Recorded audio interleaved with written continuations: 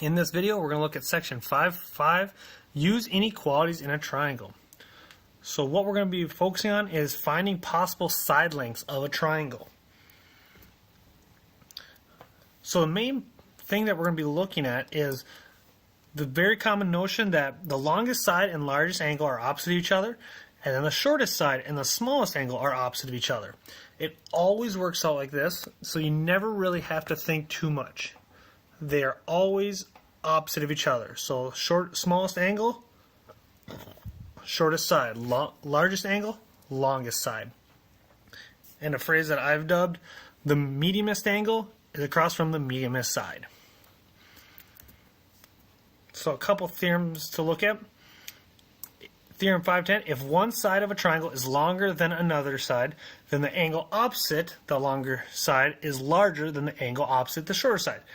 So in this case, if BA is equal to 8 and BC is equal to 5, that means the angle opposite of the larger side, so opposite side of BAC, is going to be larger than the angle opposite of the shorter side, 5. Okay, so that's what they're mentioning. And then theorem 511 is just the converse of that. If one angle of a triangle is larger than another angle, then the side opposite the larger angle is longer than the side opposite the smaller angle. So again, just the opposite. If 50 is larger than 30, that means BC is going to be larger than BA or AB. That's all it's saying. It's just really short, really concise. Okay, just a fancier way to say what we said on the last slide. So list the sides of triangle RST in order from shortest to longest. So shortest, the smallest side, look for the smallest angle.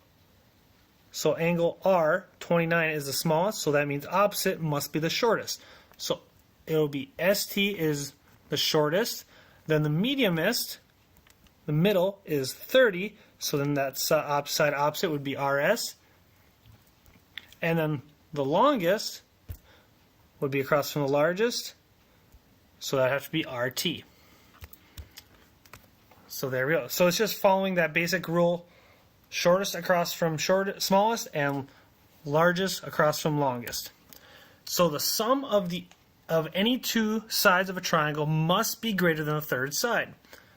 So what they're saying is, if you add any two sides of a triangle, it must be greater than the third side. So any two sides. So for example, on the first one,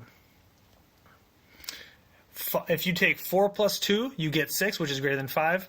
5 plus 4 is greater than 2, and then 2 plus 5 is greater than 4. So it works. Now the other one, if it fails one time, it doesn't work. So we can see if we take 2 plus 2, that is not more than 5. So you can't make a triangle. And then the last one, we have sides 2, 3, and 5. 2 plus 3 is 5, but is not larger, so it just creates another line when they finally meet up and they land on the other side. So we have a theorem that just says that the sum of any two lengths, the sum of lengths of any two sides of a triangle is greater than the length of the third side. So if you choose any two sides, it must be more than the third side. That's all it says. It's just a triangle inequality theorem.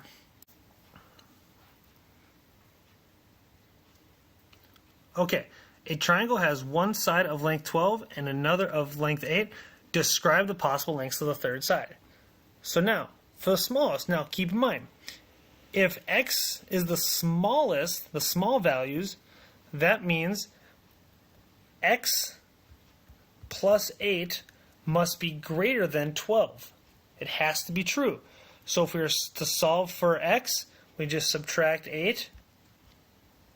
So we get x is greater than 4. And then the largest, if x is the greatest, that means 12 plus 8 must be greater than x. So that means x would have to be less than 20. So in short, the easiest way to do these is to subtract the values for the smallest value and add the values for the largest values. So a triangle has one side of 11 inches and another of 15.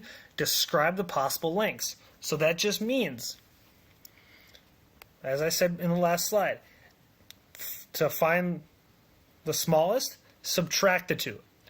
So 15 minus 11. So x must be greater than 11. This is the smallest. And then, to find the largest, you just say x must be less than, and then add.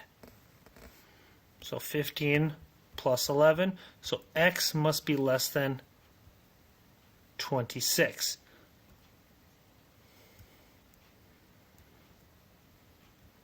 So, and to create a fancy statement for us, we just put it as a combined inequality. So 11 must be less than x, which is less than 26. So x must be between 11 and 26.